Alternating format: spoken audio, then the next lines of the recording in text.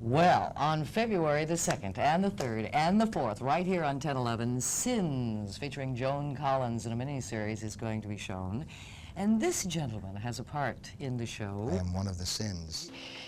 Why don't you tell me a little bit about you and Zizi?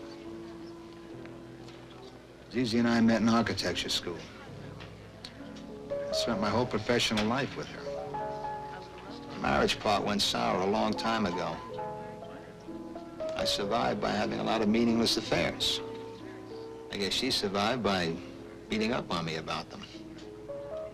I can't make it that way anymore. What's changed?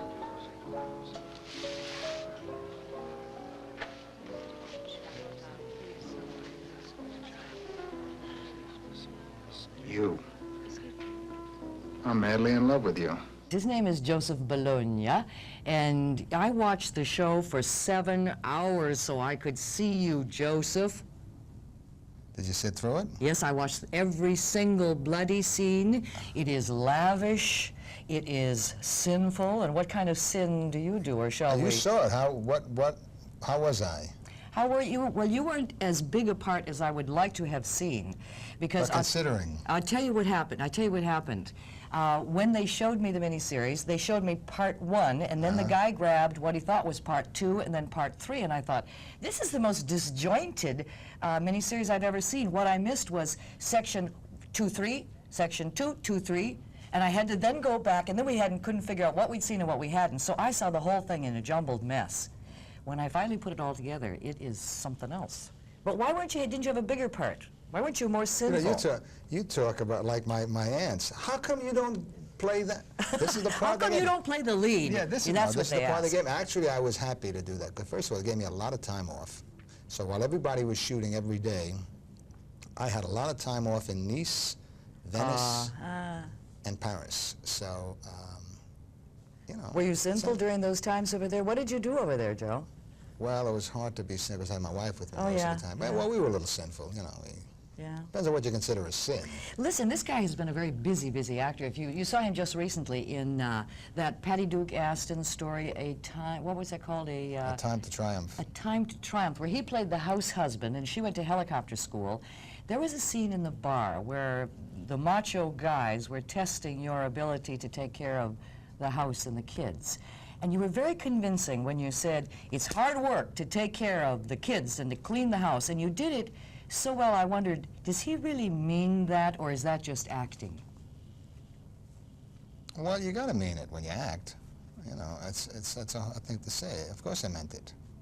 You know, otherwise it wouldn't be good acting if I didn't mean it. I mean, being that character under those conditions, it was totally truthful.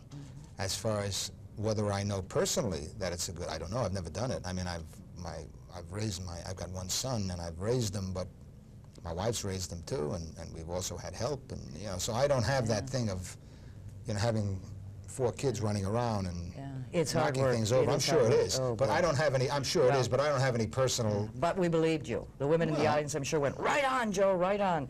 Let's go back to Brown. That's why I get the big bucks. They believe you. Let's go back to Brown University. You auditioned for Stalag 17, won the lead role, then you didn't do a show for 10 years. What happened?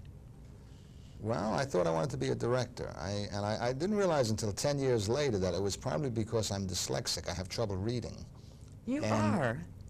Yeah, and I realized, because my son is dyslexic, and it's like the whole thing I put together, because when I was a kid, they didn't have a word called dyslexia. You just had trouble reading. But I was a pretty intelligent fella, and I didn't, you know, it didn't click that this trouble reading had something to do with some kind of perceptual problem. So I guess in my head, if you're an actor, you've got to audition, and I was afraid because I can't sight read. Because, you know, I got to read things, well, words will get jumbled, and it would be like for me to get up in class as a kid to read was death, because it was, I would mispronounce a word because I'd see it wrong. Did they think you were slow or something? Well, they didn't, because I got such good marks and everything that I could get around it. And what you do is you hide it. You hide it, you fuzz. I mean, if you have to get up and read in class, you start goofing off and you become the class clown to hide the fact that you're afraid to read that. I mean, I could read. It wasn't a question of reading. It's a question of reading out Yes, loud or reading yes. quickly, because words will jumble. Letters reverse, and instead of reading peace, you read please. And if you're standing in class and you're saying, "We hope there's please in the world," you know, everybody's going to laugh. Yeah, and you feel like a Dunsky. But anyway, I obviously had this problem.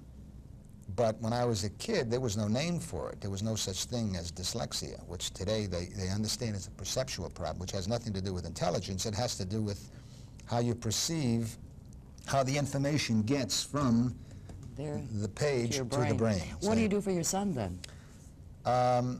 There's nothing you can do. All you can do is realize that you have that, and he's very bright. I mean, he gets A's and everything, but in grade school it was very difficult, because when you're in primary education, everything has to do with how you do it rather than content.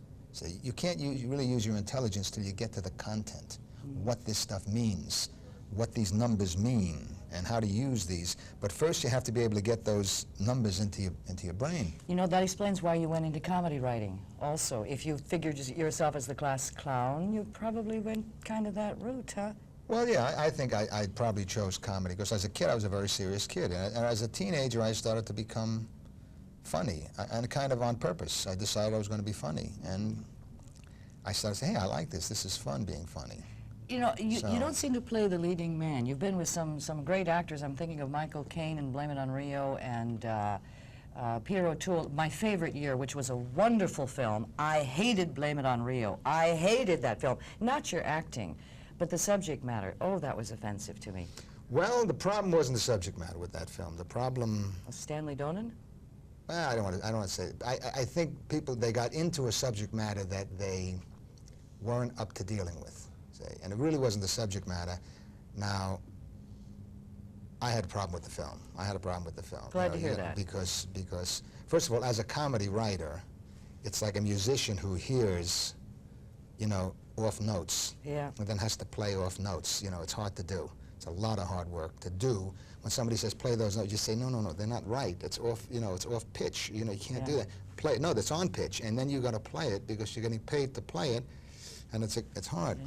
Now, the problem with that film was that it really didn't, the girl wasn't motivated. It was strictly from the man's point of view, but it was the girl who created the action. Mm-hmm. So if you're a woman, or if you have to look at that film and say, what? Why is this girl doing that? Mm-hmm.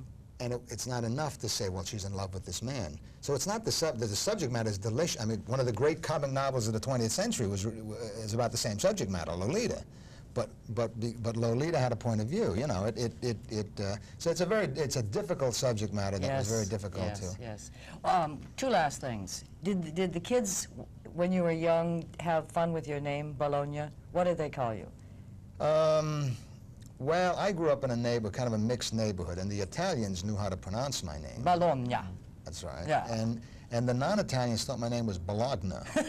So, I mean, so I didn't get too much teasing. I mean, I got a little, I guess. And also, I was I didn't take too much teasing. You know, if somebody teased me, they didn't tease twice. You know, they teased once, but not twice. Yeah, don't mess with the Italian. And then when I got to college and I started studying Renaissance art, and I started finding out that Giovanni Bologna was one of the great Mannerist painters, sculptors of the 16th century. And of course, you're a direct descendant of his, aren't Plus, either his or...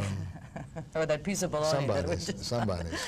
One last thing. Is Joan Collins as beautiful in real life as she appears to be on the screen? She's more beautiful. Oh, I knew you were going to say that. Isn't that something?